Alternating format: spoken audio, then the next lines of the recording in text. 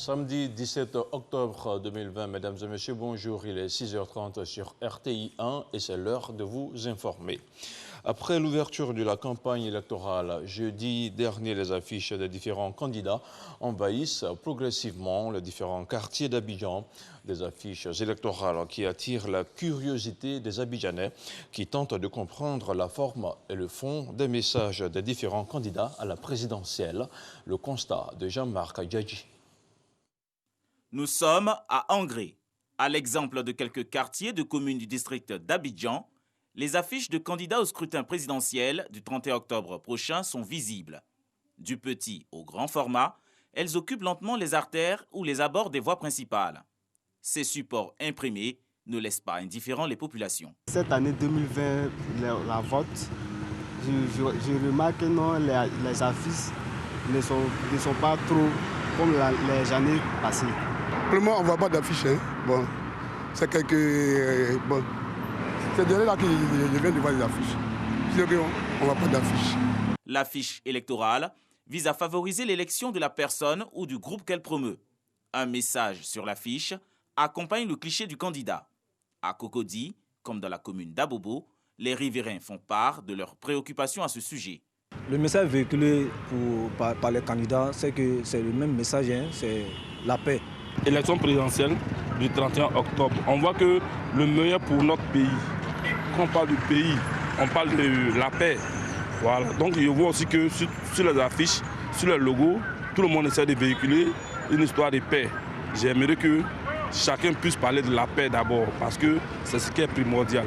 Outre son rôle d'annoncer le programme du candidat, l'affiche électorale est aussi la dernière image laissée dans les esprits des électeurs sur le chemin de l'isoloir.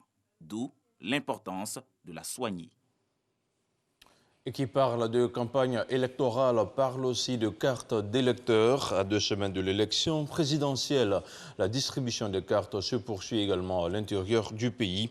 Face à l'affluence dans les centres de vote, les agents de la commission électorale indépendante se disent débordés. À Abidjan, le constat d'Éric Goré. Thiemo Kojan fait son entrée dans un centre de la commission électorale indépendante. Il est là pour le retrait de sa carte d'électeur. Après avoir pris part aux formalités, il a enfin son document. Un document qui lui permettra de choisir son candidat. Reçu d'enrôlement qui est présenté avec ma carte d'identité, voilà ça. Dans ce centre, ceux qui n'ont pas encore retiré leur carte d'électeur sont impatients.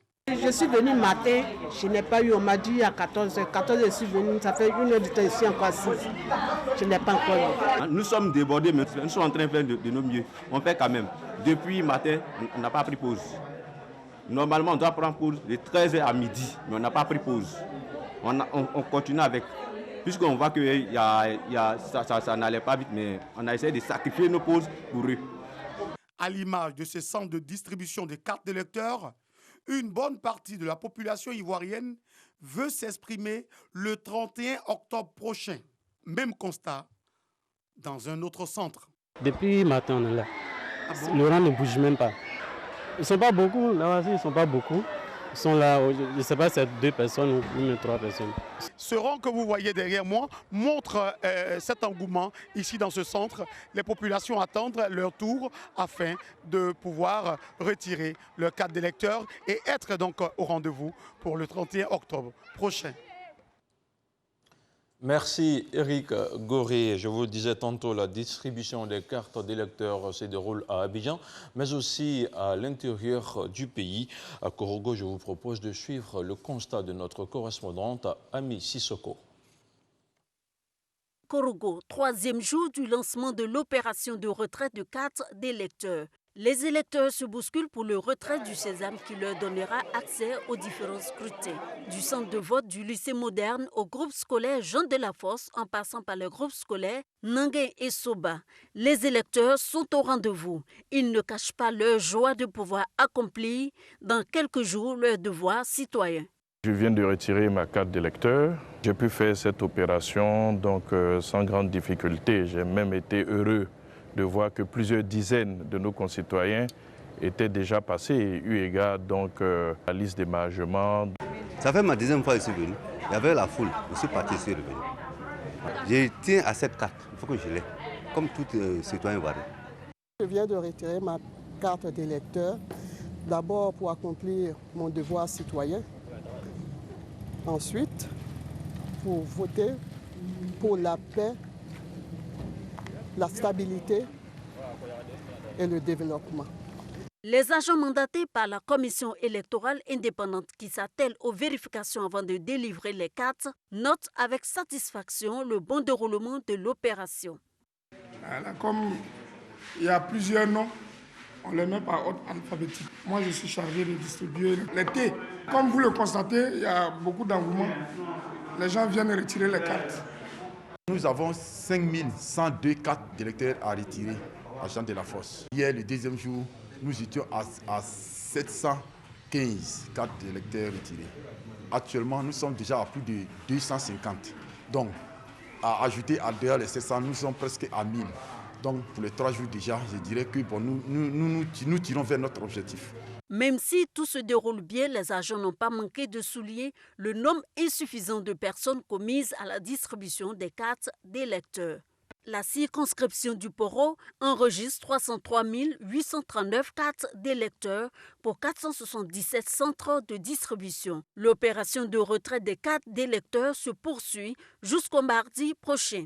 Quant à l'élection présidentielle, elle est prévue se tenir le 31 octobre 2020.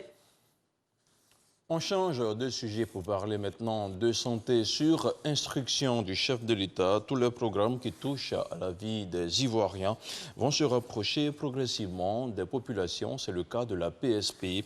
Vendredi, le Premier ministre Ahmed Bakayoko a procédé à l'inauguration de l'agence régionale de la pharmacie de la santé publique de Côte d'Ivoire à Bouaké, une structure sanitaire réalisée par l'État de Côte d'Ivoire en partenariat avec l'appui de ses partenaires au développement, une structure réalisée à hauteur de 7 milliards de francs CFA. C'est un constat de Charles Tatou. Nouvelle pharmacie de la santé publique de Côte d'Ivoire. Le fonctionnement des services de l'agence régionale de Bouaké est désormais effectif. Le Premier ministre Ahmed Bakayoko vient d'inaugurer officiellement cette agence qui marque le début de la déconcentration des services de l'agence principale d'Abidjan. Bâtie sur une superficie de 5 hectares, elle a été réalisée par l'État ivoirien avec l'appui de ses partenaires au développement à hauteur de 7 milliards de francs CFA. L'agence régionale de Bouaké vient améliorer l'approvisionnement des informations sanitaires des zones centre, nord et ouest du pays en médicaments, révèle le ministre de la Santé et de l'Hygiène publique. Cette antenne s'inscrit dans la décentralisation du système de santé et de distribution et c'est certainement le premier maillon d'autres antennes régionales qui verront le jour. Après Bouaké, on pense déjà à Gagnoa et puis après à Bangourou. Donc aujourd'hui, le système de santé, en tout cas le médicament, est censé être accessible à toutes les populations, disponible et surtout à moins de coûts et de qualité. Pour le Premier ministre Ahmed Bakayoko, le chef de l'État Alassane Ouattara a donné des instructions. Bien souvent, nos compatriotes ont eu accès à des médicaments dans de mauvaises conditions. Les médicaments ont fait plus de tort à notre santé et aujourd'hui, avec cette agence qui est le fruit d'un partenariat entre le gouvernement de Côte d'Ivoire, le gouvernement français, à travers les agences l'AFD et le mécanisme CDD, de même que les partenariats avec l'Union européenne et le Fonds mondial, nous sommes très fiers de venir ici à Bouaké, servir toute la zone centre-nord-ouest du pays. Et le président a donné des instructions pour que tous ces programmes, dans tous ces domaines qui touchent à la vie des Ivoiriens, soient déconcentrés, c'est-à-dire soient rapprochés de ces populations. Après la coupure du ruban, le Premier ministre Ahmed Bakayoko a effectué une visite guidée pour apprécier l'entrepôt et les magasins de médicaments. Cette agence contribuera également au développement d'un service de proximité. Elle couvrira, en matière de livraison des médicaments, 34 districts sanitaires, un CHU, 27 hôpitaux généraux, 800 formations sanitaires de base et 161 maternités. C'était la correspondance de Charles Tatou à Bouaké. On continue à parler de santé et ces statistiques qui remontent à l'année 2012 et qui n'ont jusque-là pas été actualisées. En Côte d'Ivoire, on compte 614 décès maternels pour 100 000 naissances par an, soit 2 décès toutes les 3 heures, des chiffres effroyables liés à l'avortement clandestin. L'État de Côte d'Ivoire et ses partenaires au développement travaillent de concert pour tenter de juguler ce phénomène qui perdure. Notre reporter Jean-Marc Diadji nous fait le compte-rendu d'un atelier de renforcement des capacités sur le plaidoyer pour l'accès des femmes à l'avortement sécurisé à l'intention d'une trentaine de journalistes. Voici son reportage. La Côte d'Ivoire, selon l'OMS, occupe la 17e place sur 25 pays en termes de mortalité maternelle. En clair, 614 décès sur 100 000 naissances. 18% des cas sont dus à l'avortement clandestin. L'on sait également que 61% des femmes en Côte d'Ivoire ont déjà eu recours à l'avortement. D'ailleurs, ces mêmes chiffres révèlent que 288 250 femmes de 15 à 49 ans optent pour la même pratique par an. Face donc à la situation, aujourd'hui, devenue problème de santé publique, les professionnels des médias, des arts et des sports engagés dans la promotion de la santé et la lutte contre le sida en Côte d'Ivoire, REP Massi et leurs partenaires IPAS, s'engagent à la mise en œuvre des stratégies à même de convaincre les décideurs et les alliés à faire appliquer la loi 14.2 du protocole de Maputo quant à l'accès des femmes à l'avortement médicalisé, selon les 4 critères à savoir les cas de viol, de l'inceste, lorsque la vie de la mère et la santé du fœtus sont en danger. L'avortement sécurisé, c'est l'avortement qui se fait dans des conditions de sécurité médicale optimales. C'est ce que font les médecins. Voilà. Il y a aussi l'avortement médicamenteux. On prend des comprimés à un certain moment de l'évolution du fœtus. L'OMS aussi a aussi codifié les choses en disant que le fœtus est viable à partir de tel nombre de semaines, 21 semaines, etc., etc. Donc tout ça encadre la pratique. Donc ce n'est pas donner un service au tout venant.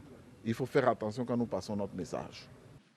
En tout cas, Bintou Sanogo, président du conseil d'administration du REP Massi, a traduit tout l'intérêt et la détermination des membres de sa structure pour ce combat contre les avortements clandestins, cause principale de mortalité maternelle en Côte d'Ivoire. Bamba Youssouf, fondateur du REP Massi et actuel président du REMAPSEN, a encouragé les journalistes à mettre en pratique les acquis de cette formation pour le bien-être des femmes et de la société. Autre chose, à présent, le ministre de l'Environnement et du Développement durable a procédé mercredi dernier au lancement des travaux de bitumage de la voirie de la ville d'Agou. Ce projet est la matérialisation du Programme national de développement PND 2016-2020, un programme qui stipule que tous les chefs-lieux de région et chefs-lieux de département vont bénéficier de voiries bitumées.